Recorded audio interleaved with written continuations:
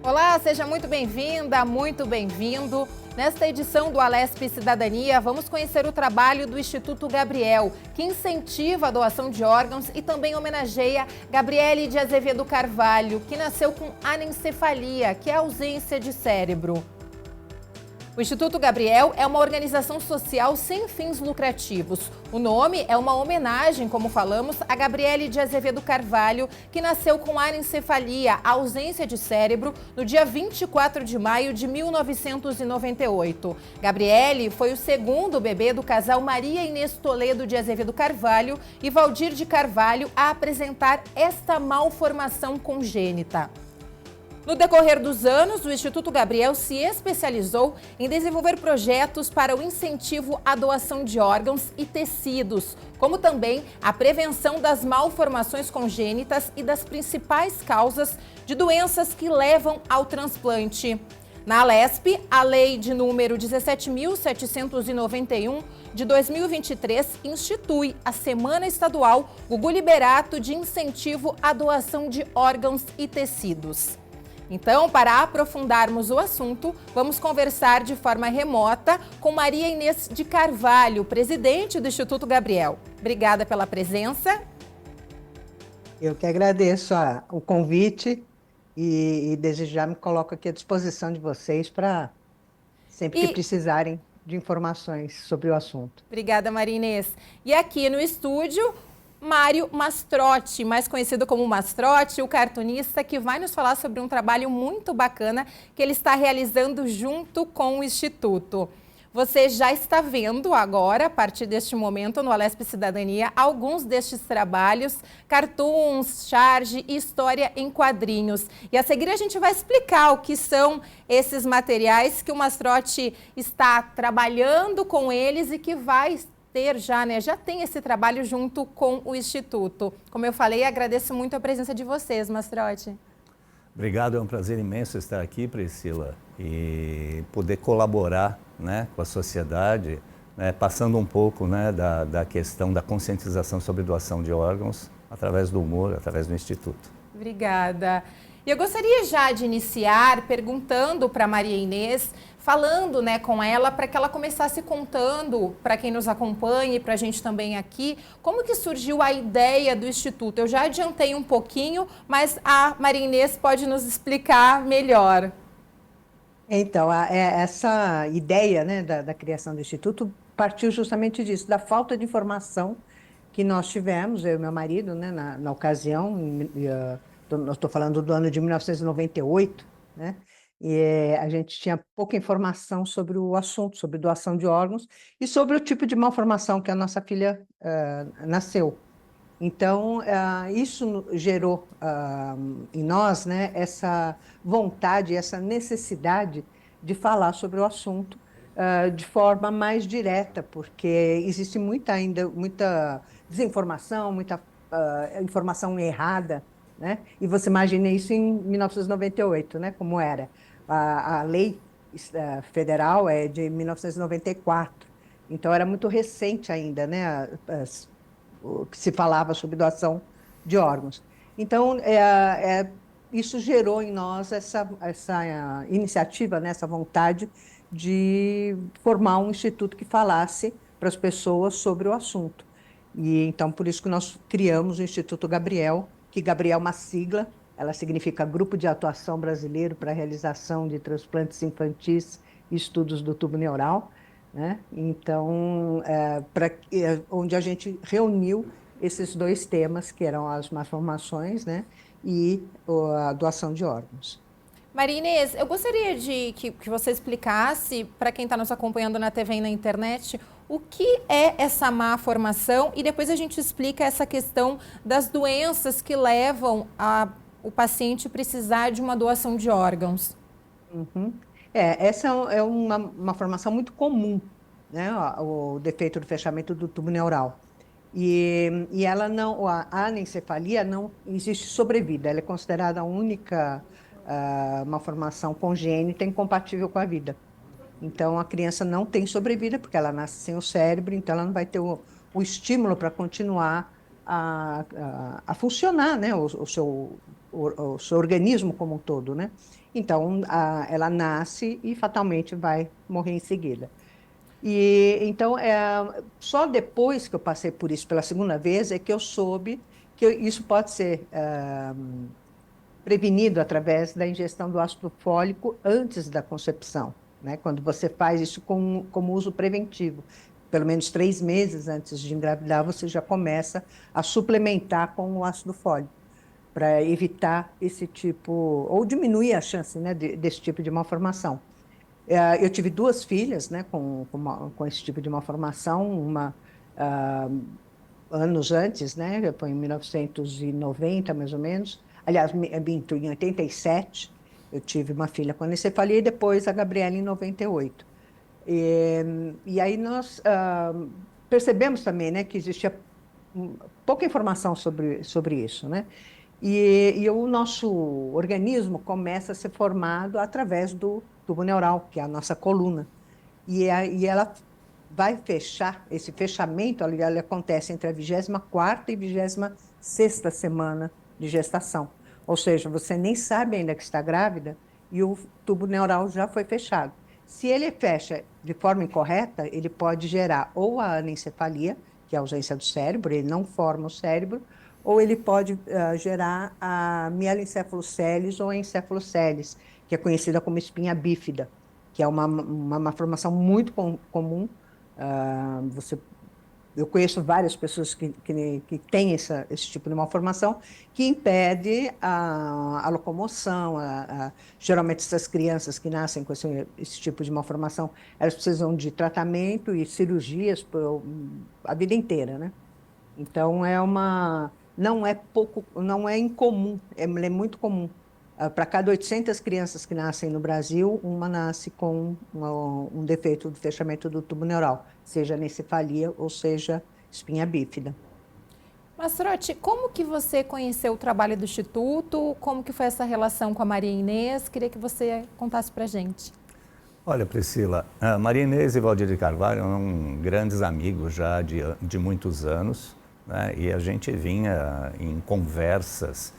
Lógico que eles conheciam meu trabalho como cartunista e tudo mais, mas a gente nunca tinha abordado o cartoon ou ventilado a possibilidade de juntar o cartoon para a conscientização da doação de órgãos.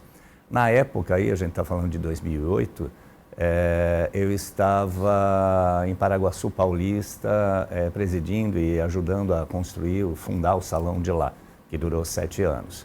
E numa das viagens que eu fiz a Indaiatuba, né, que eles estavam em São Paulo, se mudaram para Indaiatuba. E aí a gente conversou muito, conversou bastante, e nessas conversas surgiu a ideia que a gente foi lapidando aos poucos para ver se seria viável, né, se seria aceito, se haveria aceitação, se a coisa funcionava na realidade. E assim é que nasceu o Salão de Humor sobre Doação de Órgãos. A gente já vai explicar mais detalhes sobre esse trabalho do Salão do Humor e vai mostrar para vocês também esse trabalho do Mastrotti em parceria com o Instituto. Maria Inês, um trabalho importante, e agora eu queria que você explicasse para quem nos acompanha na TV e na internet qual que é a estrutura do Instituto. O Mastrotti já adiantou que vocês estão com a sede em Indaiatuba, é isso, né? Nós estamos aqui, o Instituto foi criado em São Paulo, no ano de 2000, e foi fundado, mas em 2002 nós nos mudamos aqui para Indaiatuba, e aí transferimos a sede para cá. E hoje nós temos uma sede aqui na cidade, né? E nós trabalhamos em território nacional, nós trabalhamos para o Brasil inteiro. Mas a nossa sede é aqui, na cidade de Indaiatuba, né? Então nós temos um grupo de pessoas que trabalham pela causa, né? 5 pessoas aqui diretamente no Instituto que fazem o trabalho administrativo dos projetos, enfim, que faz toda a estrutura, né, de trabalho, e temos pessoas que trabalham remotamente na parte de design, na parte de publicidade, de marketing, né? Então, a gente tem um grupo de pessoas envolvido bem grande, bem legal, assim, bem capacitado para desenvolver o nosso trabalho. Fora uns nossos conselhos, né? Tanto o conselho fiscal como o conselho consultivo, que são pessoas que nos ajudam a a criar e a manter o trabalho, né?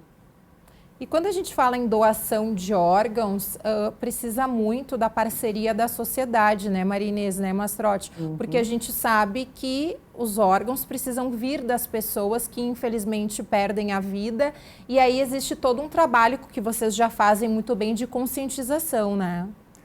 Sim, o que é interessante a gente frisar é que quando se fala em doação de órgãos, a gente está falando de vida e não de morte.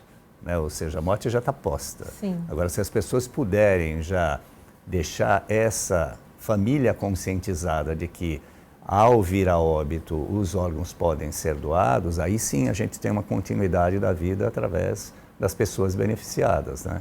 Então, o foco do Instituto é a vida, perpetuar a vida através da doação. Essa é uma missão todos os dias do Instituto, né, Maria Inês? Ah, sim, sem dúvida, né? Porque a gente tem um desequilíbrio muito grande, né, Priscila? A gente tem uma lista de espera com muitas pessoas, mas nós temos poucos doadores, né? As pessoas ainda não têm o hábito no Brasil, essa cultura da doação. Então, ainda existe muita negativa da doação. Para você ter ideia, hoje nós temos 47% das famílias recusando a doação dos órgãos quando elas são abordadas, né, pelas equipes, pelas comissões interhospitalares de doação de órgãos. Então, a gente ainda tem muito para fazer. Então, eu brinco sempre aqui com o pessoal, fala assim, a gente prega no deserto, né, como se você estivesse pregando no deserto, porque você todo dia tem que falar e se repetir, e estar em todos os lugares, nas escolas, em igrejas, empresas, né? Então, a gente está tentando disseminar essa informação já há 25 anos, né? Então, hoje a gente tem esses meios, internet, tudo que facilita. Mas quando nós começamos era no boca a boca mesmo, né? Então, era bem mais difícil, né? Você já adiantou que existe uma fila de espera e a gente sabe que é uma fila de espera grande. Como é que está essa questão da fila de espera no Brasil, em São Paulo? Vocês que têm uma visão mais macro, porque trabalham com todo o território brasileiro. Uhum. Então, a lista hoje de espera está com aproximadamente 72 mil pessoas aguardando por um transplante, seja de órgãos sólidos e córneas, né? Então, a nossa lista maior é para rim, né? Mais de 60% da lista é para transplante renal, e aí depois vem a córnea e os outros órgãos, né? Esses outros órgãos acabam ficando com um número menor, porque as pessoas não suportam ficar tanto tempo no aguardo de uma doação para conseguir o transplante. Então, isso acaba inviabilizando a realização do transplante, né? Então, hoje a gente não chama mais de fila, né, de espera, porque a fila pressupõe que você está um atrás do outro, qualquer um que entrar na frente está furando a fila, né? Sim. E, na realidade, o transplante acontece através de listas, né, que são listas que vão determinar a compatibilidade entre doador e receptor, que vai incluir tipo sanguíneo, tamanho do órgão, a capacidade de rejeição ou não, né, daquele órgão, que a gente chama de HLA, que é a histocompatibilidade, né, entre doador e receptor, que tem que ser a maior possível para evitar a rejeição. Então, é uma lista que eu digo democrática, né? Porque ela não vai beneficiar ninguém, a não ser que essa pessoa realmente esteja necessitando daquele órgão naquele momento. Então, sim, ela vai ter prioridade para ser atendida, né? Agora, recentemente, a gente teve o caso do Fausto Silva, que foi muito noticiado e foi até mal compreendido por uma parte da população, achando que ele havia passado na frente da fila, né? Quando, na realidade, não, ele estava já numa lista e esse órgão era compatível para ele, por isso ele recebeu.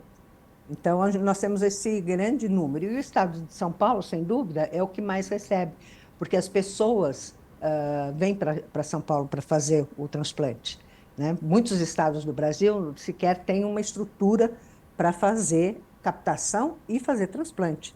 Então, elas se deslocam dos seus estados para esses centros que são mais... onde se centraliza mais, né? A possibilidade de receber um transplante, que é São Paulo, Santa Catarina, Paraná, Rio Grande do Sul, Agora nós temos no Nordeste o estado do Ceará, que está bem desenvolvido. Mas, assim, no geral, a maioria vem para São Paulo, acaba vindo para São Paulo. Então, além dos paulistas, né, a gente recebe um número de pessoas de todo o Brasil muito grande. Então, por isso, São Paulo concentra o maior número de transplantes e de pessoas em lista de espera, né? Mastrotti, nesse sentido, com essa fala da Maria Inês, que a gente percebe a importância da conscientização. E aí entra, já vou começar a falar um pouco do teu trabalho, né? Da forma de conscientizar as pessoas numa maneira que o humor possa contribuir com isso. Sim, o humor a gente descobriu, a gente já sabia disso, mas a gente colocou à prova, né? E a gente confirmou, né? Ele tem uma força didático-pedagógica muito grande. Então, assim, ele é uma forma de comunicação. Ele pode, num primeiro momento, as pessoas têm um certo preconceito, eu diria, um preconcebimento da ideia, achando que o humor é só uma crítica, né, como a charge política. A gente já está acompanhando um pouco do seu trabalho aí. E não é isso. E só para pontuar, os trabalhos que estão aí não são meus. São do Salão de Humor, dos participantes do Salão de Humor. Ah, que bacana. Então, ó, a gente já vai entrar nesse assunto para o Mastrotti explicar também, e com a colaboração da Maria Inês. Isso, então a gente percebeu, e a classe médica, no primeiro Salão de Humor, né, todos nós, que a coisa funciona, ou seja, você fazer um concurso, e isso é o Salão de Humor, um concurso com prêmio em dinheiro, onde cartunistas profissionais e não profissionais podem participar com seu trabalho de humor dentro do tema do guarda-chuva doação de órgãos. Sim. Esse foi o primeiro salão, e assim, o que foi bem interessante é que a classe médica, o júri era composto totalmente por médicos, né, presidentes, ex-presidentes da BTO, Associação Brasileira de Transplante de Órgãos, e profissionais da área médica. Eles ficaram muito sensibilizados e surpresos com a qualidade dos trabalhos, porque a gente trabalha com humor poético para sensibilizar pessoas. Sim. Não é o humor de cobrar o poder público, né, como dos políticos, da charge política, de seus deveres, vamos dizer assim, das percepções da sociedade. Isso, a charge faz isso. Não que não tenha a categoria charge. Então, o salão funciona assim, ele tem a categoria cartoon, que é um humor mais poético, mais leve, que dá para criar cartaz de campanha, utilizar essas imagens para sensibilização. Existe a categoria charge, que é exatamente a provocação, a cobrança, mas cobrança de quê? Cobrança com que finalidade? Cobrança do poder público e do sistema para a melhoria do sistema, né, através do humor. E a categoria caricatura, onde a gente busca homenagear pessoas relevantes dentro da área. Nesse quarto salão, nós estamos no quarto salão, nós estamos homenageando o Dr. Zerbini, que foi pioneiro no transplante de órgãos aqui no Brasil. O hospital, inclusive, fica próximo aqui da Alesp, né? Exatamente.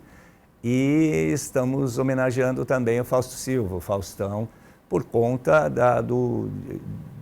até da sensibilização, da repercussão e do engajamento da família em relação à questão da divulgação e conscientização para a doação de órgãos. Então, tanto é que o João Silva é nosso jurado nesta edição. Que bacana. E embaixador do humor. O embaixador do humor é um encargo que a pessoa assume durante aquele ano, durante aquele salão, a divulgação do salão e dessa conscientização. Então, a família está engajada, o João Silva é um dos jurados nessa edição, e isso é muito bacana, porque é isso que a gente quer, juntar as pessoas que se sensibilizaram, passaram por isso, entenderam como é que funciona o processo e entenderam que o humor está aí para somar. E qual que é a resposta, Maria Inês? E vou perguntar para o Mastrotti também, quando a gente vê um trabalho, vou pedir para o Alê, o nosso diretor de TV, colocar de volta para a gente acompanhar o trabalho desses profissionais. Quando vê um desenho como esse, assim, qual que vocês percebem que é o tanto que toca as pessoas quando elas têm contato com um desenho como esse? É porque o apelo, né, da imagem é sempre mais forte, né? Então, quando você faz uma exposição e a gente está ali presente, né? Você observa que as pessoas vão pelo ímpeto de ver ali, tem alguma coisa exposta ali, eu quero ver o que é, né? E aí, quando ela tem contato com essas obras, né, que são de artistas do Brasil inteiro, né, e cada um com a sua forma de apresentar, né, o tema, né, você percebe que isso impacta de uma forma positiva, né, essas pessoas. Tanto que a gente tem um retorno muito grande das pessoas que mandam mensagens para a gente depois, posteriormente, de passarem pelo salão, né, ah, falando, parabenizando, porque realmente elas não pensavam sobre o assunto, e a partir daquela imagem, daquele impacto inicial da imagem, eles começam a pensar no tema e começam a discutir essa questão, porque é um tema que ninguém quer ficar conversando. Eu brinco sempre, ninguém fica falando na hora do almoço no domingo, né? Ah, eu quero ser doador de órgãos ou não quero ser doador, né? E isso acaba influenciando no momento da doação, né? Pela falta de comunicação, pela falta da conversa. E o salão, ele tem esse poder, ele estimula nas pessoas essa conversa. E também esse ano a gente está inovando com o Salãozinho de Humor. Nós estamos fazendo a primeira edição do Salãozinho. Então nós temos crianças também participando com história em quadrinho e também a charge. A charge não, o cartoon. O cartoon. Então, as crianças também vão participar desse tema, quer dizer, já vão começar a iniciar essa cultura da doação desde a infância, que aí sim a gente cria essa cultura da doação no brasileiro, né? Quer dizer, desde a infância ele já vê que isso é um assunto para ser tratado de uma forma comum, uma forma normal, né? É um tratamento que as pessoas precisam. Só que a diferença é que o remédio somos nós, né? Nós é que só podemos ajudar, é só um ser humano ajudando o outro, né? Mastrotti, qual que é a sua percepção com a sua experiência nesse trabalho, quando você vê esses artistas engajados e o resultado nessas obras? Olha, o papel social do cartunista é levar conscientização para as pessoas e chamar a atenção em relação a questões sociais para poder, visando melhoria da sociedade. Então, assim, tratar o assunto da doação de órgãos não é diferente do que tratar de outros assuntos que os cartunistas costumam tratar, né, como liberdade de expressão, né, a ecologia, né, e todas essas questões. Então, a grande novidade é que não existia um salão de humor sobre doação de órgãos. Lógico que a gente achava que era possível fazer, né? Agora, uma coisa é a ideia na cabeça, outra coisa é você realizar, né? E assim, nos orgulha muito estar no 4º Salão de Humor e ter um feedback muito positivo da sociedade, né? Como a Maria Inês falou, a gente tem que ver esse tema com naturalidade, né? De forma que seja natural, que nem se precise discutir isso, né? A pessoa vem a óbito e aí já vem, é doador, o que dá para doar, o que não dá, e assim por diante. Uma coisa que me chamou muita atenção e que eu aprendi, porque eu também estou aprendendo muito, né? Porque eu não sou da área, eu sou cartunista da comunicação, então a minha contribuição é com a arte, com essa comunicação. É a questão das compatibilidades, né? Da fila, né? Então, tem uma coisa muito singela que eu quero compartilhar aí com o público, que é assim, por exemplo, você está numa fila, você tem um órgão. Eu, por exemplo, tenho 1,85 m. Se eu venho a óbito, esse coração não serve para uma pessoa de 1,5 m. Exatamente. Então, de cara, como a própria Maria Inês falou, não é uma fila. Porque se o primeiro necessitado da fila tiver 1,5 m e eu tenho 1,85 m, esse coração não cabe lá, não serve. Então passa para o outro, e passa para o outro e assim por diante. E é uma coisa que a gente não para pensar porque a gente não tem cultura, a gente não discute isso. E aí foi muito o que a Maria Inês falou e possivelmente porque a família do Faustão está engajada nesse projeto com vocês, o João Silva, filho do Faustão, que falavam, né, o Faustão furou a fila. Não, ele não furou a fila, né, Maria Inês? Ele tinha tipo de corpo que quando chegou, né, o organismo, o órgão era compatível a ele, né, Maria Inês? E não só essa questão, porque a lista, né, ela é chamada de cadastro técnico. Por isso, porque são informações técnicas, estritamente técnicas, né, para que haja o menor risco de rejeição desse órgão, né, após o transplante.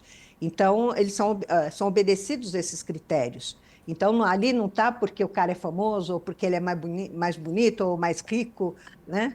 isso não entra nesse conta, cadastro técnico. O que existe é o tamanho do órgão, a idade da pessoa, enfim, o que vai diminuir a chance dele rejeitar aquele órgão. Então, e também o risco de morte, porque o Fausto já estava num estágio que o coração não tem, você não consegue esperar por muito tempo. Não é como o rim, que tem a hemodiálise, que faz você ter uma sobrevida, né? Ali você pode aguardar. Os outros órgãos não, né? E com o Fausto, o que aconteceu foi isso, ele já estava mais de um mês esperando por um órgão.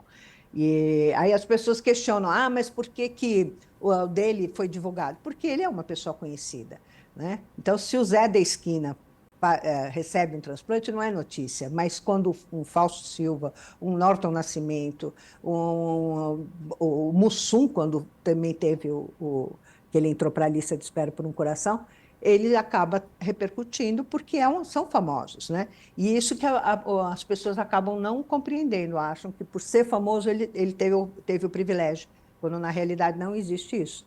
Porque sequer na lista você sabe quem é aquele paciente, né? Porque são informações que são cruzadas pelo próprio sistema do Sistema Nacional de Transplantes de Órgãos, né? É nesse sentido, nesse contexto, Maria Inês e Mastrotti, a importância do seu relato, né, de compartilhar conosco, porque a gente percebe mais ainda a importância do trabalho no Instituto com essa missão de conscientizar as pessoas e de esclarecer esse tipo de dúvida, né, que você falou que você tinha, eu também tinha. Sim. Isso, ficava imaginando que realmente era uma fila, mas a gente não tem a dimensão de que na verdade não é uma fila, é uma lista, como a Maria Inês explicou, né, e aí vai da compatibilidade, isso como você compartilhou conosco. Exato, e o tamanho é um item. Como a Maria Inês colocou, são vários itens. Tem itens que a gente conhece, tem itens que a gente não conhece, que são da área médica, muito específicos. Então, assim, e que seriam muito complexos até de explicar para o público, né? Então, assim, me surpreendeu bastante e a vontade de se engajar cada vez mais nessa causa, lógico que aumentou. Então, assim, o salão ele tem cumprido sua função, a gente está aí na 4ª edição. As exposições, a gente normalmente fecha o salão com 200 trabalhos do Brasil inteiro, né? Nas categorias charge, cartoon e caricatura. E nós estamos com as inscrições abertas, né? Que a gente vai falar no próximo bloco. Peço para você que está nos acompanhando que fique conosco. É um intervalo rapidinho e a gente volta já já com a Alesp Cidadania.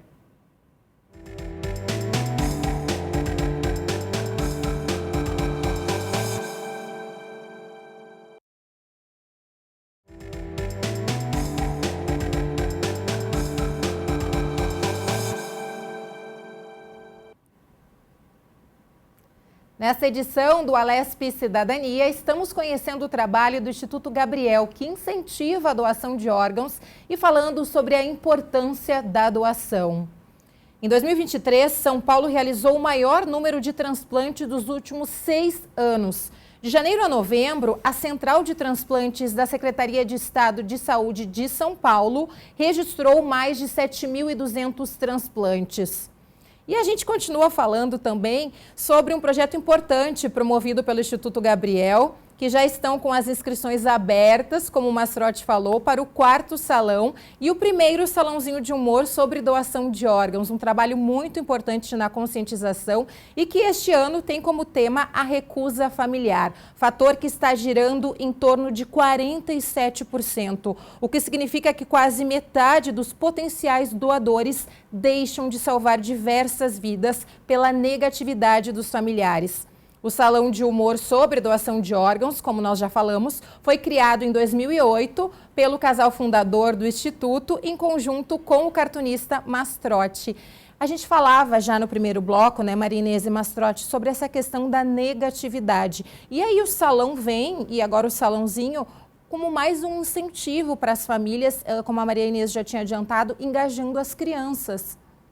Então, essa edição tem aí 2 novidades, né? Primeira novidade, dentro do guarda-chuva doação de órgãos, nós recortamos o tema recusa familiar, Porque a gente detectou, né, em pesquisa, como a Maria Inês colocou, que a recusa familiar é muito alta. Sim. E aí é que é o grande gargalo da doação de órgãos. Quer dizer, você pode até deixar por escrito que declara que doa seus órgãos. Se a família, na hora do óbito, não quiser doar, não tem o que fazer. Isso é muito complicado. É até legal a Maria Inês falar mais sobre isso, que ela entende melhor disso. Mas essa é uma questão técnica. Por exemplo, o primeiro, segundo e terceiro salão foi o guarda-chuva doação de órgãos. A partir deste quarto salão, a gente vai especificar uns subtemas dentro da doação de órgãos, e esse é o principal que a gente está trabalhando. E o salãozinho é uma novidade porque é uma demanda reprimida, na verdade, porque muita gente pedia, eu queria participar e tudo mais, mas era menor de idade, então a gente não tinha lá um regulamento, uma plataforma, porque aí a gente teria que fazer um outro tipo de regulamento, um outro tipo de premiação, inclusive, por serem menores. Então, a gente precisava se preparar, inclusive, digitalmente falando, né? Ter uma plataforma, um sistema de votação, porque a votação é toda online. O júri, ele não se encontra para votar no mesmo instante, não. Cada um, dentro do seu trabalho, de sua residência, vai votar dentro de um período e o sistema faz a somatória no final e traz o resultado. Mas acho que a Maria Inês pode falar sobre Eu vou pedir para ela já abrir essa fala na conversa. Maria Inês, isso que o Mastrotti falava sobre a questão de mesmo que nós deixamos um documento ali, a família, né, tem a recusa. E aí a gente vê a importância de uma legislação. Aqui na LESP, né, a gente tem a questão da lei Gugu Liberato, a semana, né, tem a lei federal que incentiva a doação de órgãos. Queria que você falasse um pouquinho para a gente. Então, nós somos a nossa legislação, né, ela prevê autorização familiar. Nós já fomos um país de doadores presumidos. Foi quando, logo no início, né, em 94, até o ano de 2000, que você declarava se você era doador ou não no teu documento, ou CNH ou no RG. Isso caiu em 2000, porque as pessoas começaram a se declarar mais como não doadoras, por falta de conhecimento. E até por falta de orientação dos próprios órgãos públicos, né? Quando ia tirar o documento, as pessoas também não sabiam informar sobre o assunto, né? Então, isso acabou gerando essa questão. Então, a gente tem essa recusa familiar muito grande ainda, por falta de conhecimento, porque como não se discute esse assunto, às vezes as pessoas não sabem se aquela pessoa queria ser doadora ou não, né? E é um momento de dor, é um momento né, que as pessoas não estão focadas nisso, né? Elas não estão preocupadas com isso, né? E elas esquecem que um doador, ele vai salvar 8 pessoas, né? Porque os órgãos duplos vão ser direcionados para 2 pessoas diferentes, ou as córneas também, né? Ou como tecido também para pessoas diferentes. Então, ela salva 8 pessoas, e um doador completo, ele pode beneficiar 25 pessoas. Então, se as pessoas tivessem essa consciência, né, eu tenho certeza que a gente teria uma recusa bem menor na hora que a família fosse abordada. E a gente também tem a questão da subnotificação, né? Os hospitais também não notificam. Então, a legislação, nós acreditamos como o que deveria acontecer no Brasil é o doador declarado. É aquele doador que se declara através de um cadastro positivo, um cadastro organizado pelo sistema público, pelo Ministério da Saúde, né? Como é o de medula óssea, né? O Redome. Você vai lá, se cadastra e fica disponível se for encontrado um compatível, ele é doador. E aí seria o caso também, você se cadastra em vida e aquele cadastro fica disponível ali para os hospitais consultarem na hora que você for a óbito, né? Então, a legislação é super importante, porque ela, né? A sociedade civil, ela pode fazer qualquer coisa desde que a lei proíba, né? E os órgãos públicos, eles só podem fazer aquilo que está na lei ali, né? Quer dizer, ele não pode sair fora do que foi estipulado na lei. Então, por isso que é importante a gente ter uma legislação clara, uma legislação mais democrática, sabe? Assim, que você possa optar, você vai decidir, né, pela sua vida, se você quer ser doador ou não. Porque o contrário também acontece, se a pessoa não quer ser doador e a família autorizar, ele vai ser doador. Então, o respeito ao que a pessoa quer, né, o respeito individual, é que fica meio duvidoso aí, né, com esse tipo de sistema que a gente tem. Não que a família não deva ser ouvida, claro que ela tem que ser ouvida, mas é um forte argumento quando você sabe que aquela pessoa está fazendo parte de um cadastro e que ela quer ser doadora, ou se ela quer doar o corpo dela, né, para estudo. Então, são coisas que você tem que decidir, né? É a sua vida, é o seu corpo, né? E é isso, infelizmente, a gente não tem ainda, né? E nós lutamos por isso, né? A gente, inclusive, estava apoiando uma lei que está circulando, um projeto de lei onde torna o doador declarado. Maria Inês, a recusa familiar ainda é o principal desafio para vocês ou as estruturas do hospital não notificar? O que é o maior desafio para o futuro? Vocês que trabalham no Instituto todos os dias com essa questão da doação de órgãos. Eu acho que ainda é a subnotificação. A subnotificação ainda é pior do que a própria recusa familiar, porque você tem o Brasil é muito grande, né? A gente tem é um país que tem vários outros países dentro, né? Como se fossem regiões totalmente. Você pega aqui a região Sudeste e região Sul, ela é rica nessa questão, né? Nessas possibilidades, né? Bons hospitais. Você vai indo para o Norte, isso já diminui, né? Tem estados do Brasil que nem fazem, que não existe central de captação e nada. Então, eu acho que a subnotificação dos hospitais, mesmo no estado de São Paulo, ainda é muito baixa. Porque quando você foge daquele meio, daquele círculo transplantador, que são as cidades do estado e do país que fazem transplante, você já não encontra mais uma legislação que favoreça ou que o Estado se proponha a ampliar aquele sistema para que ele possa beneficiar a população, né? E principalmente os municípios, né? Porque os municípios se isentam muito, né, dessa questão. Elas deixam para o Estado e para a federação, né, resolver. Então, e a gente está no município, né? A gente está nas cidades, então precisa ter uma legislação, pelo menos estadual, em que isso seja revisto, né? Que realmente as pessoas naquele estado possam ser beneficiadas, né? Porque você tira São Paulo, Campinas, cidades, São José do Rio Preto, Ribeirão Preto, e tem centros transplantadores, os hospitais não notificam o potencial doador. E as OPOS, que são as organizações de procura de órgãos, elas não têm estrutura para fazer busca ativa, né? Para ficar indo atrás dos hospitais para saber se tem algum potencial doador. Porque vamos lembrar que a doação só acontece quando há o protocolo aberto de morte encefálica, senão ele não pode ser doador. E aí esse protocolo que é necessário ser aberto e que ele deixa de ser aberto porque os hospitais não conhecem, às vezes, o procedimento e acabam não notificando a central de transplantes. Então, eu ainda acho ainda que a subnotificação ainda é pior do que a recusa familiar. Mas as duas têm que ser trabalhadas e resolvidas, né, de uma certa forma, né?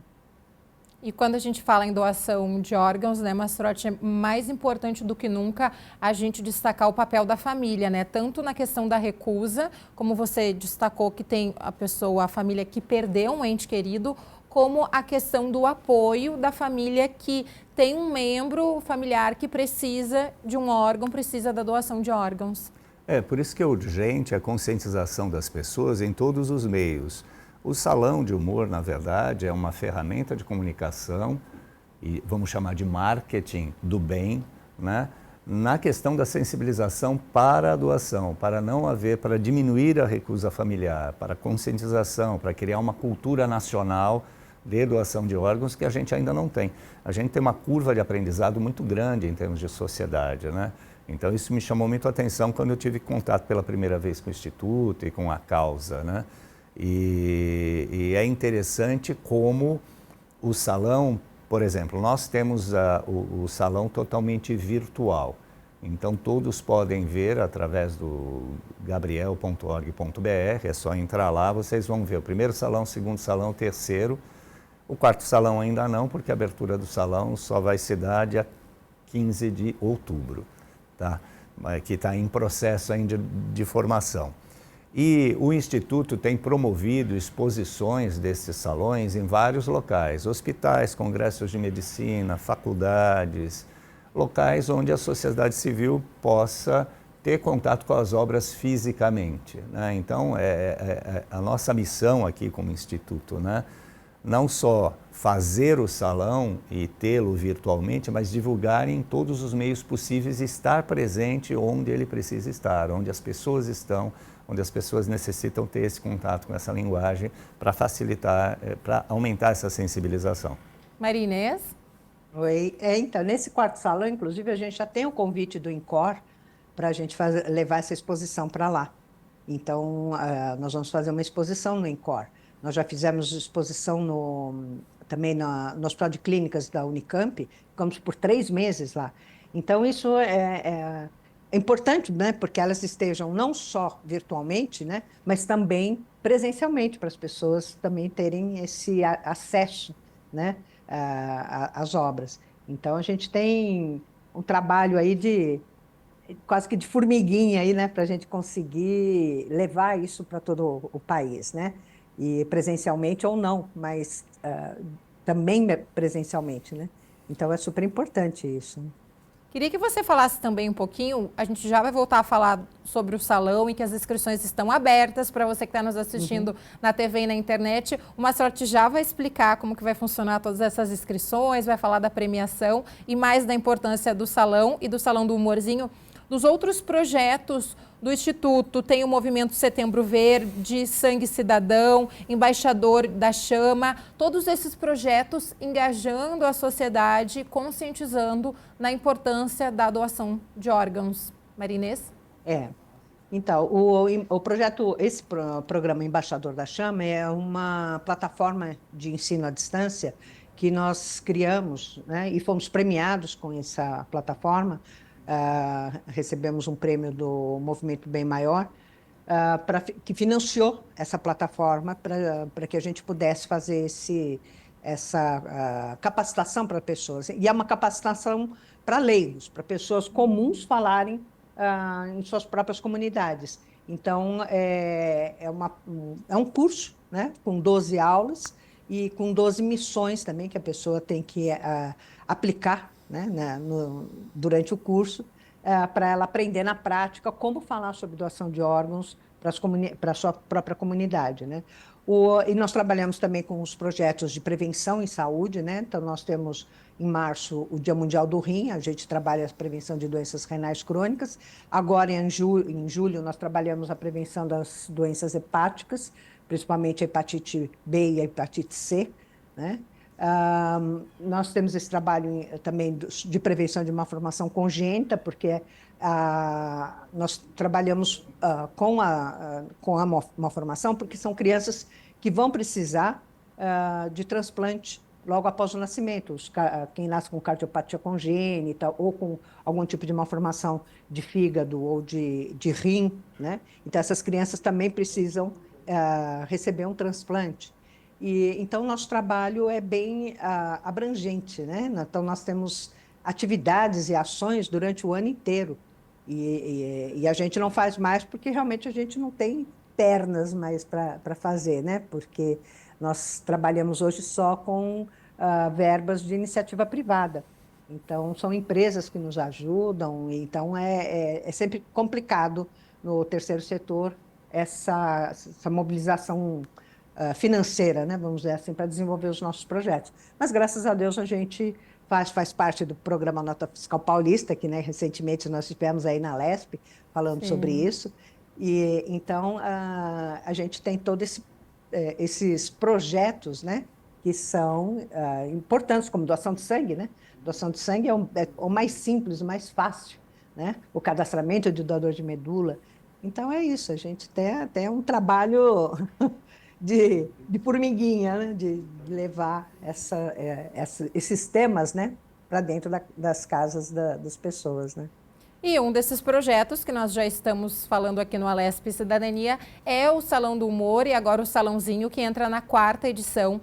Mastrotti, queria que você já explicasse para quem está nos acompanhando na TV e na internet como que funciona, se tem algum cartunista, alguém que faz uma história em quadrinhos, quer participar, quer se inscrever, ou a criança, como que faz? Então vamos lá, nós temos o site, a plataforma do Instituto, que é www.gabriel.org.br. Vocês podem ir lá e entrar em projetos e vão achar o salão, ou digitar isso /salão de humor. E aí vocês conseguem ver o regulamento, né, do salão, né, os procedimentos. É um salão de humor que tem as categorias cartoon, charge e caricatura, né? No total, o 4º salão de humor são R$5.000 em prêmios, né, para primeiro e segundo lugares de cada categoria, e menções honrosas, né? Esse é o salão de humor. Então, rememorando aqui, né? Cartoon é a piada de costumes, a piada de ilha, é aquele humor leve e poético, né? Como está sendo exibido agora. A charge é o humor crítico, que vai falar sobre as questões, as limitações, às vezes, do sistema de doação, e visando sensibilizar para a melhoria, né? E a caricatura são as homenagens, que nesta edição homenageamos o Dr. Zerbini e o Fausto Silva, né, o apresentador Fausto Silva. O salãozinho, ele é para menores de 18 anos.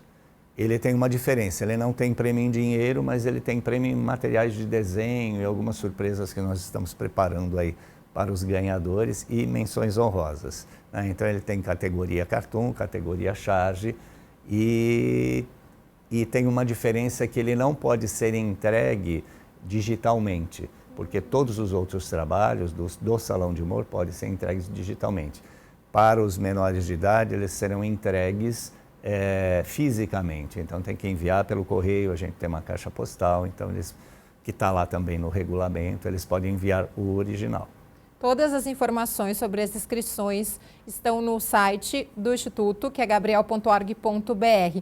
E eu já vou pedir para vocês também, a Maria Inês, super engajada também no salão e no salãozinho, algumas dicas para quem está nos acompanhando, que os jurados vão levar em consideração, lembrando que o tema deste ano é a recusa familiar. Então, por favor, Maria Inês. Não, então, justamente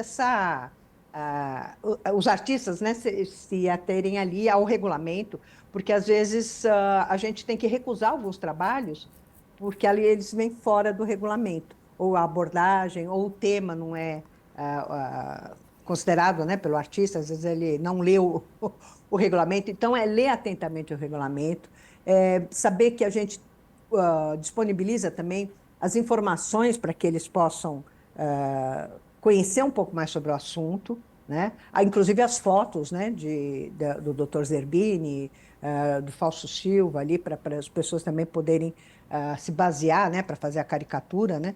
A caricatura é um prêmio especial, um prêmio que nós homenageamos o meu marido, que foi cofundador, né, do Instituto, que faleceu em 2019. Então, ele é uma categoria específica que chama Prêmio Especial Valdir de Carvalho. Então, vai ser só para caricatura, né? E as crianças também vão ter o HQ também, né? O História em Quadrinho. E aí as crianças, elas também têm uma faixa etária dividida. Então, ela vai ter de 6 a 10 anos, depois de 11 a 14 e 15 a 17 anos. Então, a gente vai dividir em três faixas etárias, né, para que seja mais justo também esse julgamento e essa premiação, né? Porque uma criança de 6 anos competir com um de 17 já fica muito, né, diferente, né? Então, a gente também categorizou o salãozinho. E lembrando que todos os jurados, né, eles são médicos do Brasil inteiro, médicos transplantadores, enfermeiros que fazem parte das equipes de transplante, nós temos temos doadores e transplantados também no nosso corpo de jurados. Então, é bem democrático ali, né? E a ideia sempre é que o artista empreste a sua criatividade, né, para ser usada na saúde, né, no bem através da doação, né, de você conseguir salvar vidas, né? Então, isso é importante a gente ressaltar, né? E eu acho que também, como o Mário falou, a gente vai ter, de 1º a 30 de setembro, vai ser feito o júri de premiação. Então, esses jurados vão escolher as obras, as preferidas, vão fazer a votação, depois o sistema vai ver quais foram as mais votadas, né? E aí nós vamos anunciar os ganhadores no dia 15 de outubro, que vai ser uma cerimônia híbrida, né? Nós vamos fazer aqui presencialmente na cidade de Indaiatuba, mas ela também vai ser transmitida pela internet. As outras edições a gente já sabe que foram um sucesso. Qual a expectativa da participação dos artistas e agora com essa novidade, a participação das crianças? Mastrotti. Então, a expectativa é alta da participação, tudo. Eu gostaria de frisar só uma dica, né? Você falou da dica, né? Dica. Para o pessoal participar. Assim, dentro do site, né, do Instituto, tem textos de suporte falando sobre o assunto doação de órgãos e recusa familiar. Então, assim, é claro que é um tema difícil, desafiador para todos nós. E é por isso que foi criado o salão, para chamar os profissionais da área do humor para esse desafio. E eles estão acostumados a desafio, né? Porque eles abordam qualquer tipo de tema com a ferramenta humor gráfico, né? Então, nós estamos nos utilizando estrategicamente do humor para sensibilizar pessoas. Então, no site existem muitos textos de apoio, assim como as fotos do Dr. Zerbini, do Fausto Silva, no caso das caricaturas. É claro que tanto as crianças como os adultos, né, tanto no quarto salão como no salãozinho, podem pesquisar na web, em outros sites, informações sobre doação, sobre a causa. Mas o Instituto já traz isso para facilitar. Então essa é a dica, é a criatividade, conhecer os salões anteriores para não se repetir, né? Isso é importantíssimo, né? Porque a ideia é cada salão, um salão diferente, né? Então, a gente tem um corpo de jurados também com cartunistas. Temos o Fernando Moretti, que é cartunista, publicou muito tempo na Folha de São Paulo. A Tina Curtis, que é quadrinista, fanzineira, dá muita palestra, faz um trabalho bacana na FEBEM, inclusive com oficinas lá. Enfim, a gente tem os médicos em maioria, mas temos cartunistas também ali, para ficar de olho, né, na qualidade dos trabalhos. Todo mundo envolvido nessa questão da conscientização, né, Maria Inês? A gente, infelizmente, estamos nos encaminhando para os 5 minutos finais do programa e eu queria que você deixasse essa mensagem, né? O Instituto tem esse trabalho importante que a gente acompanha, que a gente conheceu um pouco neste Alesp Cidadania, mas é como você falou, é um trabalho de formiguinha, principalmente na questão de conscientização e também no trabalho de envolver todos nós, o poder público, todo mundo envolvido nessa causa que é tão importante e que salva vidas, que é a doação de órgãos. Justamente, e é um ser humano dependendo de outro, né? Então, nós não estamos... óbvio que a tecnologia está embutida aí, tá? Mas é o ser humano salvando outro ser humano. Então, essa é a grande mensagem, né? E o Salão de Humor, ele vem ajudar nisso, né? Ele vem ajudar nessa sensibilização, nessa conscientização de a gente saber, de ter empatia sobre o assunto, né? Você não precisa estar na lista de espera, ou você não precisa ter um familiar seu na lista de espera para saber que existem pessoas que necessitam de uma doação para poder ter uma chance de vida, né? Então, eu acho que isso é o principal. E lembrando, só fazendo uma observação, que quando a gente fala em humor sobre doação de órgãos, para que não fique as pessoas achando, falar, nossa, mas como falar de humor sobre um tema tão delicado? O humor, ele se aplica a tudo, à vida, né? Tudo que você faça com humor é melhor. E nós não estamos falando em piada, não é? Ninguém vai fazer piada sarcástica ou piada sobre um tema tão importante. Mas falar com humor é outra coisa, né? Então, a gente trata com respeito e a leveza necessária para que isso se torne um assunto do dia a dia, um assunto que todo mundo possa participar e discutir e não ter medo. Mastrotti? Bom, como a Maria Inês colocou, o humor faz parte da vida. Se a gente puder ter um olhar bem-humorado e positivo perante a vida, a gente leva a vida com maior leveza. E se de repente a gente chegar naquele instante onde a gente passa dessa dimensão para outra, né, que seja bem-humorada a informação e a receptividade desses órgãos para perpetuar a vida através de outras pessoas. Então a nossa missão é essa, com sensibilidade, com bom humor, com leveza, levar essa mensagem para as pessoas e que as pessoas aumentem a sua consciência em relação à doação de órgãos. Muito obrigada, Maria Inês de Carvalho, presidente do Instituto Gabriel, e também ao cartunista Mário Mastrotti, pelas presenças no programa de hoje, nesse Alesp Cidadania. Foi um prazer.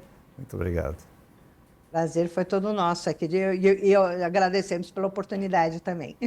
E obrigada a você que esteve conosco na TV e na internet. O Alesp Cidadania fica por aqui. Até a próxima. Tchau, tchau.